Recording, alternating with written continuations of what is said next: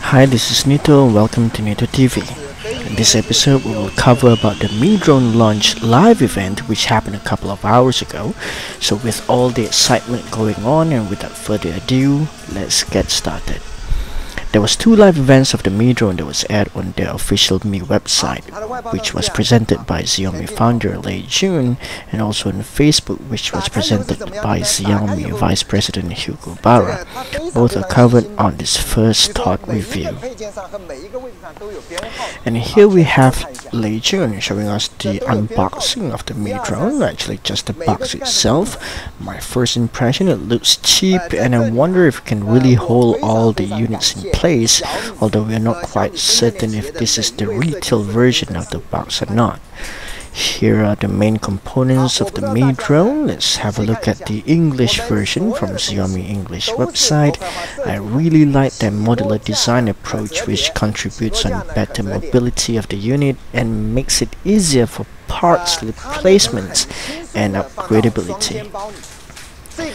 Now at first I thought the Mi Drone comes together with a free backpack, but this is no special backpack. I realized this during the Hugo Barra live presentation, which is in English, that this is a regular backpack which, based on the Mi Drone modular design and its foldable landing gear, we are able to fit all the components and carry it with ease without the need of a special backpack. Now this will save you a bit of money, but of course I predict there will be a specialized backpack designed for the Mi Drone either by Xiaomi or any third party, just for those who need that extra special tender loving care for their drones. We have Lei Jun showing us the components that was included inside this ordinary bag. That's the propeller. We have took the main the quadcopter, the drone itself out. That's the prop guard, the lipo, the battery, and this is the battery charger. So just shows that the mobility and the portability of the drone that can fit in a regular backpack.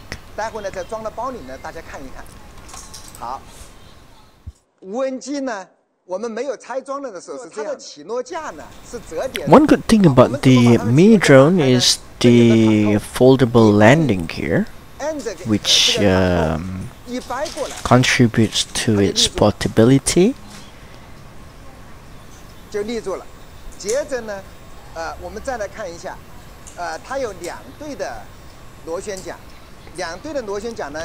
Let's have a closer look at the Mi Drone. What do you think of it? I think it's beautiful. I love the slim body and how they construct the gimbal, although from my personal view the design looks quite similar to the unique Q500 as pictured here. However, Xiaomi quoted that their quote design is inspired by Dragonfly, don't they look alike, end of quote. I never seen any Dragonfly quadcopters before, so I searched on the internet and found Dragonfly. If this is what Xiaomi mentioned, then I will leave you to judge how similar the two is. Not quite. The transmitter or controller looks like a gamepad. To turn it on, you need to double tap and hold the power button on the second tap.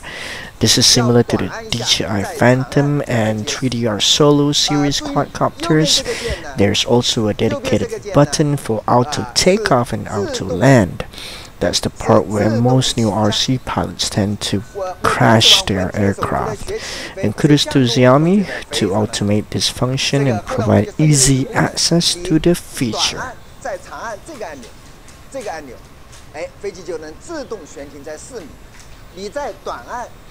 The red switch above is the return to home, short for RTH button, or your panic button.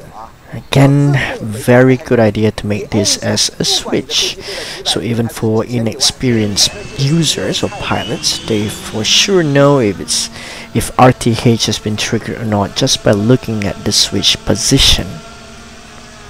Let's see a demo from the designer Wai Che, who is the CEO of Xiaomi Ecosystems Company.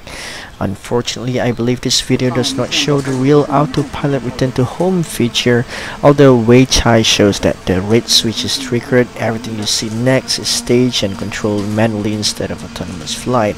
I mean, why Xiaomi when you already have the features in place? Why don't just show us the real thing? You see the copter swinging from side to side? A real autopilot RTH won't do this and wouldn't even need to. In the outer land, let's have a look at the last minute aileron to the left. That's it. I'd say that's manual control. This is the most frustrated bit, the range. While the 4K version of the Mi drone have a 2 km control distance and live view, while the 1080p version, which I believe have the same transmitter, receiver and everything else apart from the camera, are limited to 1 km range instead. These two should have the same range. There is even a Chinese version that mentioned these transmitters are capable up to 3 km range. So what's with the limitations, Xiaomi? I believe Xiaomi should be able to sustain the range of both models. Is this a marketing gimmick to try and sell the 4K version better, or delimiting power to the 1080p version of the Mi drone to shorten the range? Even Hugo himself mentioned about the range difference between these two models via his live telecast. The range of the drone, 2 km for 4K. we would recommend you stay within 2 kilometers, obviously because that's the range, the maximum range from which you can stream live video. So that's what we would recommend, so to try to stay within 2 kilometers, which by the way is pretty far. That's for the 4K, 2 kilometers for the 4K, and then 1 kilometer for the other model, for the 1080p model. So I give Xiaomi approval. I really like how they designed the camera and gimbal on the Mi drone. It's a 3-axis gimbal, meaning it stabilizes the camera on roll, pitch and yaw axis, or in simpler terms, it gives one heck of a stabilization to minimize all the jerky footage and turn it into a smooth, stabilized video. We will see some example of this later. The camera is detachable. That's great, and I hope Xiaomi also sells monopod for this camera so we can use it without the drone. It will be nice to have this feature, and to be honest, I'm really looking forward for it. It will be easier for Mi drone owners to upgrade their cameras in the future as well, or maybe take it out for repairs and service while still having the drone to fly without the camera.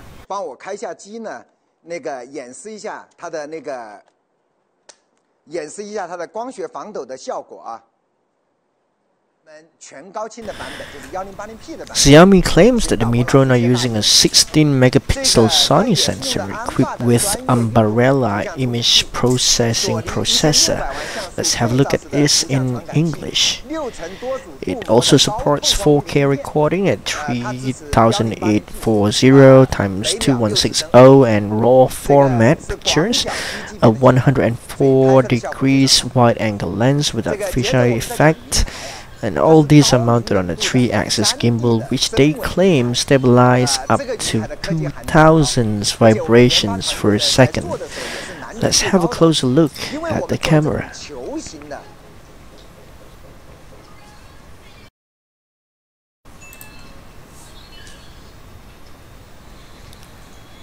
Here's the gimbal in action. Nothing I haven't seen before, so this doesn't excite me much, but for you guys out there, if this is study cam for your drone, so it doesn't matter if your drone is tilted left, right or front, back, you still have rock steady video.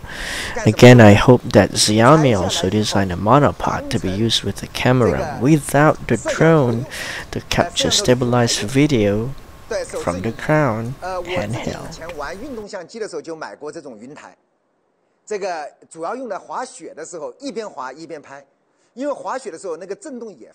Here's a sample video of how it would look like without stabilization and with the 3-axis gimbal stabilization on the Mi drone. Some teasers for you guys. This is also available in YouTube right now, nothing new for you. Shows the camera, the motors, the propellers.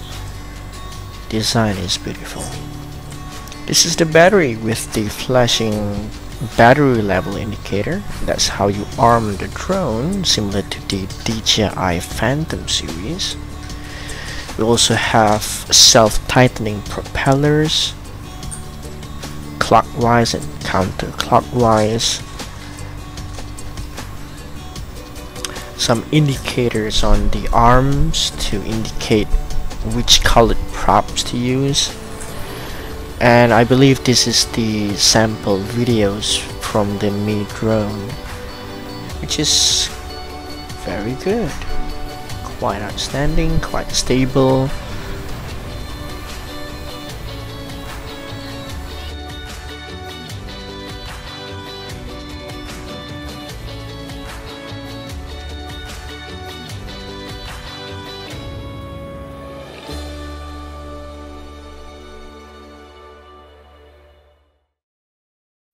Common questions that people will ask is how long can the Mi drone fly? Well, we have to look at the battery or LiPo first then. Mi drone is equipped with a 5100 mAh 17.4V battery. Most RC LiPos have a max voltage of 4.2 volts per cell, but Xiaomi claims that their single cell have 4.35 volts instead, making it a 4S LiPo at 17.4 volts when the usual 4S LiPos are rated around 16.8 volts. Flight times are rated up to 27 minutes, but from my personal experience with other drones, actual flight time should be somewhat lower than this.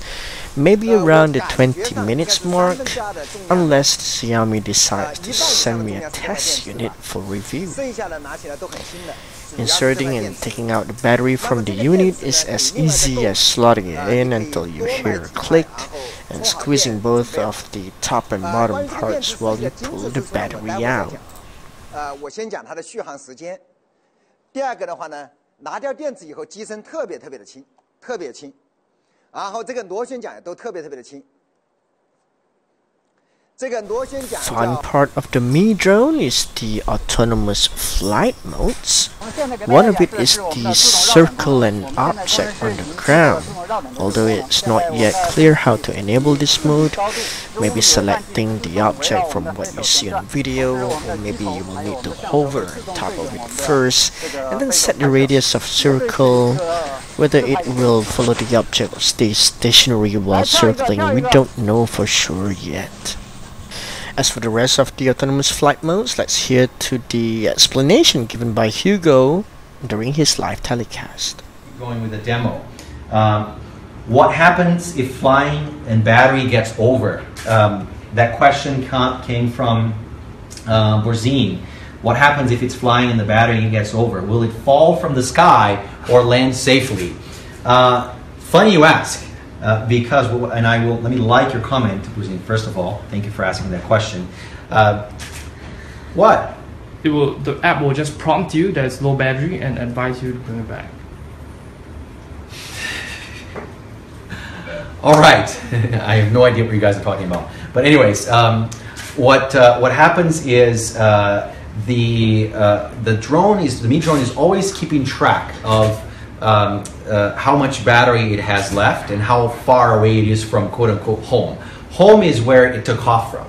So if it goes beyond the point at which it would run, basically would not have enough battery to come back home, it basically turns around and comes back, right? So it knows when it doesn't have more sufficient battery, and it will come back and land before it quote-unquote falls from the sky. Let's see what other questions you guys have here. And yes, the Mi drone, similar to the DJI drones, also identifies no-fly zone based on your GPS location. So if you try to fly inside a restricted zone, the aircraft will just hover right just outside of its invisible wall. Do we have autopilot functions? We have several different autopilot functions, which I mentioned earlier. I'll talk about these quickly. So the first autopilot mode is choose a point on a map. So you can say fly to this particular location, and you take off, you say autopilot, and it will fly straight to that location, and you know, it'll get there. That's autopilot mode number one. Autopilot mode number two is a flight path or a waypoint based autopilot. You choose different points on a map, and it will essentially go from one point to the next. It'll basically sort of fulfill that path that you've created for it. And the idea here is to maybe visit a few different points that you want to film. So, for example, you want to show a resort, and you want to show this pool and that part of the resort and that beach and that, you know, the area. And what's cool when you're doing this, if the drone is flying autopilot, it exactly knows where to go, so you don't need to worry about flying it. You don't need to worry about driving. Then what you can do is you can just control the camera, right? So you can essentially just be a cinematographer flying a helicopter, essentially, is what it looks like. So you just basically control the camera, so you can control where it's pointed, and the drone will just fly its path for you. That's autopilot mode number two, which is waypoint flight path. The third autopilot mode is what we call circle around. So you pick a point, an object. It could be, you know, it could be a tree, it could be a building, it could be a group of people, and you say just circle around that group. Just go around that group, and the camera stays pointed at the center, but of course you can move it around as well. You specify the altitude, and you specify the diameter of that circle. Right? It could be a few meters, or it could be, you know, a few hundred meters. So you could be circling around maybe a group of people, for example, who are taking a photo or celebrating or having dinner outdoors or whatever it might be. Or you could circle around the volcano crater, right, which is much, much bigger, and film that and get all this beautiful footage. So that's autopilot. It can come back home automatically as well. This is the home mode that I showed to you guys earlier. You just slide into home mode, and it'll come back home. That's kind of an autopilot as well. Let's see. Other questions? How long is the flight? How long can you fly for? Good question. The Mi drone will fly for up to 27 minutes on a single battery charge, right? So almost half an hour of continuous non-stop flying time. Somebody asked if the resolution recorded is what you see on the phone. The resolution recorded is what you see on the phone. Well, it won't be if you're recording 4K video, of course. And in fact, even if you're recording 1080p video, what you'll see on the phone live is 720p video. And then, of course, you'll extract the high resolution video from the device after the fact. For me, the Mi drone is quite a high-end drone with a good camera, range, and autonomous function. There's nothing innovative or new inventions in it, but the list of features available is as good as the current high-end drones that you can get on the current market in 2016. So how much does it cost? The 4K version with 2 km range costs 2,999 Renminbi, that's around 456 USD or nearly 2,000 Malaysian ringgit, while the 1080p version with 1 km range, disappointing, costs 2,499 Renminbi, that's around 380 USD or nearly 1,600 Malaysian ringgit. 我听他们说在6000到9000市场价，我们呢2999。这个我们为什么这样做？肯定又有人骂我们耍 As 猴 for 啊。 availability, Xiaomi notes that the 1080p Mi drone will be crowdfunded on the Mi Home app starting on the 26th of May 2016, while the 4K options will be available for testing by an open beta program at the end of July. Before I forget, I noticed on Xiaomi promo videos that they possibly use a Mi 5 or Mi 5 Pro as an interface to the Mi drone, which displays telemetry data and live video feed. If you think that this is just an average phone, take note that the Mi 5 beats Samsung Galaxy S7 and also the LG G5 in Antutu score. So before we end this first thought review, there is a lot of questions which remains unanswered. Like number 1, Hugo claims that the Mi drone delivers low latency video.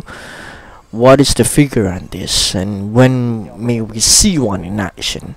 Number 2, the minimum requirements or recommended smartphones or devices for the Mi drone app. Number 3, the holder on the transmitter seems quite small to fit a tablet. So can it fit a tablet? Number 4, will there be any support for iOS devices as well? Number 5, how about spare parts and its availability? Number 6, does it have HDMI out? Number 7, will it have manual camera controls? And what photography modes does it comes with? Number 8, how about dual operator support? And number 9, charger details and also the charging time. And that's all that I can think of for now. In summary, if you're looking for the cheapest 4K camera drone, then look no further. The Mi drone is the drone that you are looking for, with good autonomous features, but being a new device comes with risk as well. And this is the first drone produced by Xiaomi. We never know the potential of flyaways or other malfunctions, and what Xiaomi will do or compensate in case something does happen when the user is not at fault. In terms of design, I like it very much, and if you're looking for a portable drone that can fit in a regular backpack, then the Mi drone it is. If it's one thing that disappoints me, is the range on the 1080p version, which in my opinion should be the same as the range on the 4K model. So that's about it for this episode. If you like it, please give it a thumbs up. More videos on games, reviews and RCFPVs coming up in the near future. Subscribe so you don't miss it. Thank you for watching.